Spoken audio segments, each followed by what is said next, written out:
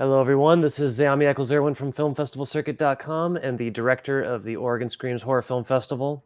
Right now, we're gearing up for our Fall 2025 event, which is going to take place on September 18th at the beautiful historic Clinton Street Theater in Portland, Oregon. And to get ready for the event, we've been talking with some of our participating filmmakers. Today, we have Douglas Lawlor, who's the director behind the Metamorphosis. Douglas, thank you so much for meeting with me today. Happy to be here. Well, let me just say, man, the Metamorphosis is an incredible film. It's so visually striking and such an interesting take on the Kafka story. What inspired this film? Big time, a lot of the Universal horror films from Okay. 40s and 50s. That aesthetic, I've always liked that aesthetic. It has this element of theater to it, the way that the majority of the films seem to be on sound stages. I liked Totally. that aesthetic. It's very, it's the theatricality of it. That's very fun for me. Totally. I was thinking, uh, allowing for the actors to be in a position to go over the top can mesh very nicely with that aesthetic. Nice. Okay. Totally. I mean, it has that sort of suspension of disbelief. You're a little bit in that surreal realm. So it sounds like, was this an idea that you had starting from the visuals? Did you want to make a movie visually like this, and then the story kind of came out of that? Yes, yeah, that's for sure. That's the truth for that. I typically work as a director leaning into the visuals Okay. almost in every sense, and I was feeling that my previous work was not as successful, and I was feeling that that might be because of the writing, which is what I was also doing. And so for this project, I decided to work with a buddy, and we just kind of started throwing out ideas. And I was like, I'm interested in the Metamorphosis. I don't know how I would want to do it. But these are the boxes I'd like to check if we did that film or Okay. did a film about that story. And then it kind of went from there. Interesting. Well, that's really cool, and it's a complex and kind of sophisticated riff on the original story. It doesn't just adapt. It's it goes beyond and fits really well with the visuals. This surreal style. Was there a conversation there about your visual interest and your interest in that theatricality and your writing partners' kind of ideas, or how did that flow work? Yeah. Yeah. Right from the get go. Um, we sat down, and I had some ideas of things that I wanted to be able to accomplish. Um, I knew that I wanted it to be black and white. In this case, Okay. kind of sepia. Um, but I wanted it to have that aesthetic. I wanted the darks to be, as dark as they can be. That way, things can hide in the shadows. Liked the idea of elements being able to kind of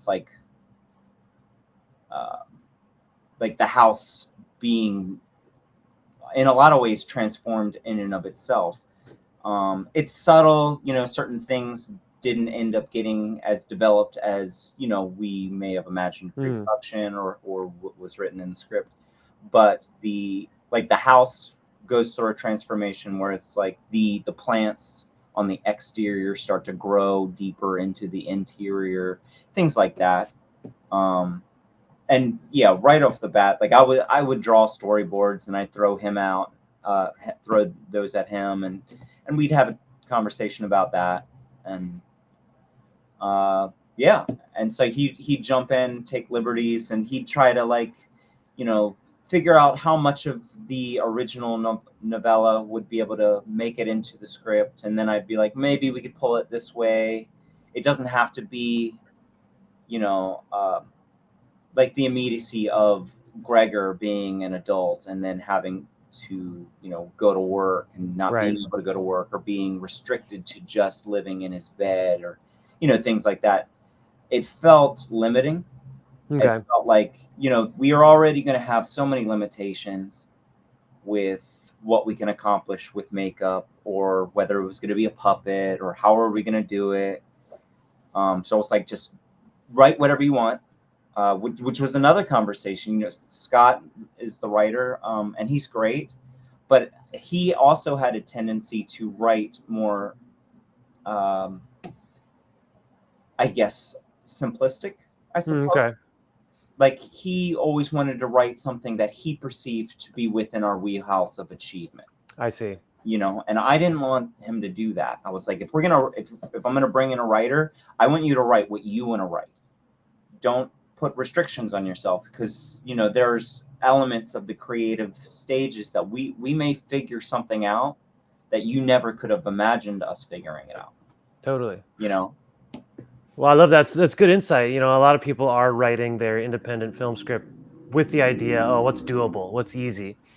This Mhm. sounds like a good union where you wanted to focus on the directing and the visuals. You wanted to take that creative step to make it happen, and you wanted your writer to just really run with whatever idea he had. And the result is excellent. It's a well developed, beautiful, beautiful movie. I did want to talk a little bit about the special effects. It's Sure. nice in the shadows. It's dark, but it's so creepy and it's so real looking. What was that process like?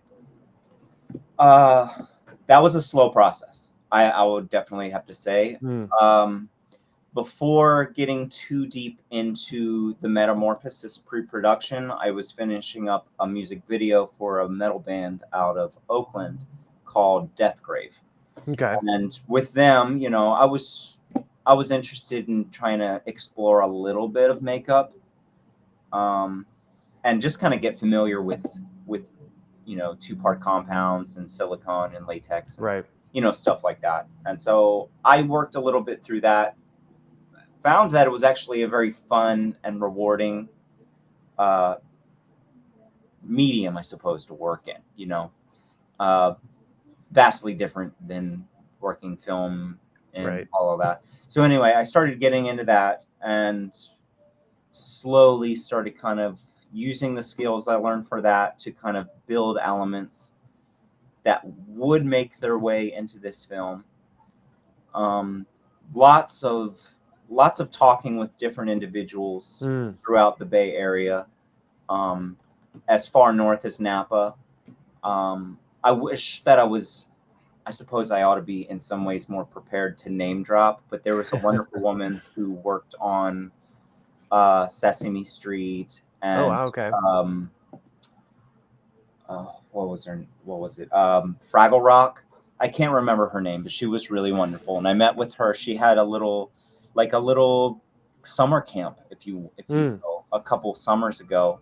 And I sent her an email, and I came up and I talked to her, and you know, she's like, "Well, I do this. They're more hand puppety, you know, but you know, try this and go here, and this is where I get my stuff at Douglas and Sturgis," and you know, right. bouncing around. And so I slowly started meeting as many of the different fabricators within the Bay. I knew that I wouldn't well, I wouldn't have the money, the budget to bring any of the professionals in LA Right. up to the Bay Area. Of course, you know, they could build it and ship it, but then I wouldn't be able to be there to see their progress. Right. You know, the conversation would be not as enriching as I suppose I wanted. Totally. But I did find continually there was a name. There's a gentleman named Walter Welsh who is a little bit north of the Bay. Um, and he was on the show Face Off, Okay. for a Sci-Fi Channel I remember show. that. Yeah. And so I met him, and we got to talking. And so a lot of things I was learning from him through phone calls, Zoom calls. Um, so as I would progress with things that I was trying to do, he would kind of assess it, be like, "Hey, if you're going to do this step, if you're going to use, you know, alginate, you Mm-hmm. know, for your hands or whatever, try this, try that, try the other thing." And so he was kind of a guide in a lot of ways. Um, so a lot of the stuff, I did a lot of the preparations for a lot of things myself. One of the elements, however, this was early on in pre-production. I knew that I wanted to have a middle ground stage Okay. of Greg's development. So if he starts out as a boy, he's making his way into an insect. The end product will be some degree a puppet, so that we can give him all of the, the arms and the legs and the antenna and all of these things and make it look human, but also vastly different. So I wanted a second middle stage where we would be putting prosthetics on our young actor. And this was discussed early on. This was really intense with the casting and these sorts of things. But I knew that I would not be qualified. I wouldn't be experienced enough, safe for the younger actor. Also, on the day when we're shooting, who knows what other problems I would be facing. So I had Walter come in, observe all of the prosthetic pieces that I made, knowing that it's going to be latex, that it's going to be pre-painted, but, airbrush would be expected, and that, this is Walter's time to shine. If you can make it, if 2 days, if the prosthetics last 2 days, if they only last 1 day, I don't know, but let's just go about it. If we can get it all in 1 day, let's do it. So he came out, I paid him his daily fee. I think he gave us, a little bit of a discount because he's a nice guy. Totally. And because so much of the work, he felt it was up to a caliber that wouldn't have wasted his time, and he could see that throughout the process. Totally. I'm going on and on and on, but he was wonderful. And that day, I'll remember that for the rest of my life, because it was a time when, I had an idea and we worked through it. Early on, I was about the casting. I wasn't just casting the boy. I was casting whoever his caretakers were too. Right. Yeah, that's a good point. Because, I didn't want to be in a position where, and I'll just say straight up, Jackson Horton is the actor who played Greg, and his mother Jill was astounding. She was so much help. She made everything so. It was just so much trust, and I had to put honestly a lot of trust in them as well. Totally. When we did the casting, we held our auditions, and we saw a bunch of different boys, and Jackson for sure was, in my opinion, he was the best. He was the one I wanted to go to, but I had reservations because I wasn't sure, is he going to be allergic? Right, for sure. These things, as to any one of the members of the cast, if they need to have that. So what procedures do we go through? And it's one thing to say, yeah, he's good, he's not allergic, and then on the day of shooting, he has a reaction for something. Totally. Unpredictable. And so we were lucky, but I think we put in the time also to make sure that it turned out okay. Tests and such, for sure, not full on. we only put him completely in makeup once.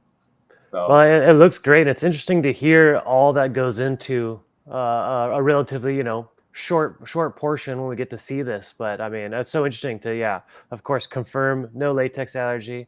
Also having to test latex, you never know if there's going to be a reaction. And I love to hear that in order to do these effects, you had a goal, you had some experience, and you just went around and you talked to everyone. You broadened your network. You asked your peers in the industry in your area, which is kind of fascinating to me. It's such a good way, kind of old school way to learn a craft. It's not just Google and AI. It's actually talking to people, and the result's awesome. I want to talk a little bit more about the casting because it's such a cool cast, so distinct. Obviously, that father character is so cool with his sort of Eraserhead-esque hair transformation, and I love seeing him, lose it. Everyone was great. The bureaucrat woman, and what was that process like? The casting? It took some time. My producer Renelle Campa was very, she was she was essential to organizing, getting a lot of these things together. Um, and so we went through different avenues. Typically, in the past when I was trying to cast, I would go through, I think it's the Bay Area Theater Association or something. I forget what it is exactly, but so I'd go through there, and they'd have like they'd have a database, Right. and I would essentially just look at their headshots and be like, oh, I imagine this, and I imagine this, and I imagine this. We did the same with this. We just expanded it. We also went through Facebook. I think there were some local Bay Area theater and stagecraft and different groups and stuff, and we just posted like, hey, we're doing this, with like a very vague description of the film and like some sort of poster we mocked up. And then also Backstage. I hadn't used Backstage up until that film, and Rennell decided that that's a good one to use, and so we used it, and it was excellent. You mentioned the father, Peter Bond, is the name of the actor, Bond Connor. He found us. Oh, really? Or I suppose he found us through Facebook, but it was kind of later in the game. We weren't sure exactly. Like, I was seeing a lot of people, and I was not often like, this is our guy, or this is our gal. Right. It was not so clear cut for me. I had an idea, but I also understood that maybe there are certain moments that I could be wrong. Right. And looking at Bond right off the bat wasn't my envision of the character. I pictured there being kind of this sort of weakling father character. Okay. His physicality was an extension of a weak personality. Right. Not like he was, maybe he'd be nervous or Right, a little something. squirrely. Yeah. Yeah. But when I heard Bond's video audition, his voice just, it's so big.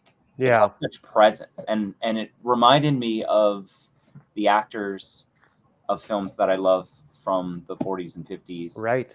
He's got a vintage quality about him. Absolutely. So almost like as soon as I heard that, I was then trying to like, okay, this is good. This is really good. I was wrong.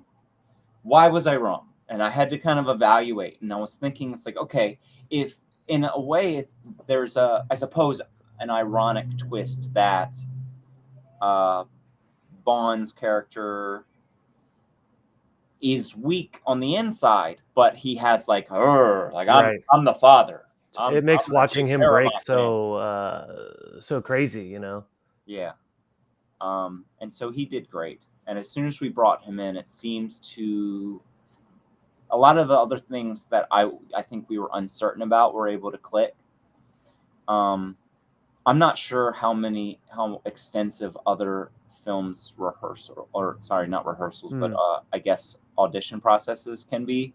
But I had auditions that were separate for like the daughter. Mm-hmm. And then when I had a potential mother figure, we brought them in together just to see how they could interact. Okay, totally. And then we'd remove one of them and then bring in the other parent and see how they would react. And then I would kind of, assuming that they had the time to allow it, we would kind of be like, all right, would you all just kind of give us a moment? And then I would sit and I would talk with Scott, the writer, and I would talk with Rennell, the producer, and we just kind of like, how was that? What do you think? What was the vibe? Yes, no. And then we would basically come back and be like, would you all three come in and read the whole scene as a family? Right. And when we did that, I was pretty much certain. I was like, yeah, I think this is a good ensemble. I think we'll be all right. That's so cool. So you're casting for chemistry, not just individual delivery and ability. You're seeing the pieces all together, and that was when you're able to make your final decision. I wanted to try that if I was given the freedom to. Yeah. I think also, you know, I'm some of these film projects that I've done in the past, they take so long. There's Right. so much hard work.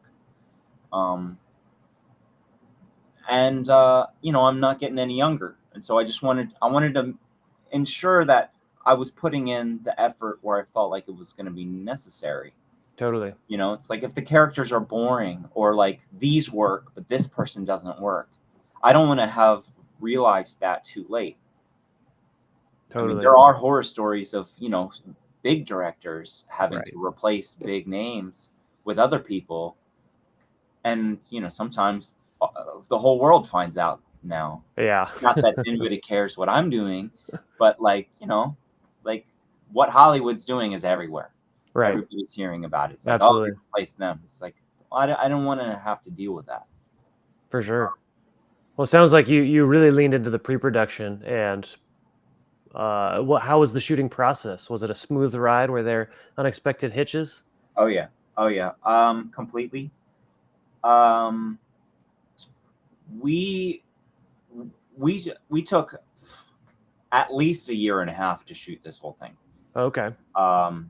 You can kind of tell when you watch the young actor Vasilisa, who Mm. plays the character Lisa, which that was just a coincidence that Her name has so a similar to the character name. But you can see her grow. You know, Oh, interesting. like her age, she ages within the film. Anyway, that wasn't by design, but that was sometimes because we couldn't find a location. Sometimes that was because, you know, sometimes also we had to work within the restrictions of minors' school Right. schedules. Totally. So we could only shoot on weekends. And then one of the elements was a seasonal element. We have a sunflower field that's in the film. There was actually a whole much longer scene, not much longer, but there was like a 5-minute scene that was cut, and another actor entirely that was in the film that Oh, was really? superb. Yeah, and Joe Schwan is his name, and he's superb. He was excellent, and unfortunately, we had to cut that scene because it just. And people warned me of that. Some of my buddies who read the script early on thought that it wasn't necessary, but I wanted to have more time to get to know the characters Right. before the transformation begins. Anyway, we had to. I'm jumping around all over the place. My apologies. That was all good. Um, yeah, so we had to wait for those sunflowers to be in full bloom because I wanted that. You know, Totally. like I felt like that was going to be, you know, that could be a poster, that or that, you know, that's an introductory image that has an aesthetic all of its own. Right. Really, really beautiful. And so it took us a while to figure out where that was going to be, and then once we found it, uh, you know, it was, you know, difficult to contact the people. One time we just went up there, not knowing if we'd see anybody. We just like, Right. you know, if they're open, if you know, if the farmer will talk to us, because we're running out of options. And then once they okayed it, then it was like, okay, well, when is it? Well, it rained all spring, Oh, man. so we were thinking it would be an early harvest, but it ended up, for whatever reason, being a late harvest. So that would have been around this time 2 years ago. That's crazy. There's so many moving pieces, so many little things to consider, especially in independent production. Yeah. You got to wear all the hats. Well, what did you learn from this process? It seems like you kind of approached this film in a little bit of a different way than you've done some of your other projects. What was a couple takeaways from this experience? It's so important for me to be able to lean into good collaboration. Okay, totally. I have a big tendency to try and take on more than I can chew Mm, because I want it a certain way, and if the money's not there, somebody's gonna have to do it, right. you know. And some of that's trust issues on my part. Um, but in this case, I was able to lean into people, and they're the ones who really made it happen.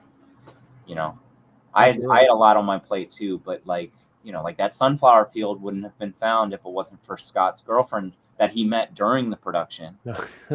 Um, and my current girlfriend, Zuzu Snyder, what did the costumes, and I met her when I was in pre-production, and she came in and was like, what's all this about? It's like, who's this guy who thinks he's going to get all these people to work for free or for low Totally. cost? And then before too long, I kind of convinced her that it might be worth her time, and then I thought she knocked the film dead. I thought I feel like the wardrobe's great, and It's so strong. I never could have done it out on my own. She knows that, she knows she can kind of, you give her a year. Yeah. She can kind of just analyze the way that people's hair is done, the way that how they button it all the way up Right. or not. Right. And she can just be like, that's probably 52. Wow. And then we'll look it up and it's like, wow, you're right. Most of the time So she's right. And so things like that. that's so cool. Yeah. So, I mean, that's great. And I feel like that's such an important takeaway from independent productions and people who are trying to get into making independent short films. You actually have to really collaborate. It's so hard to take it all on. It's not a medium that really allows for a singular person to go out and do it all. And I think this is a great example of how when you rely on others and you build that network, you have a fantastic result.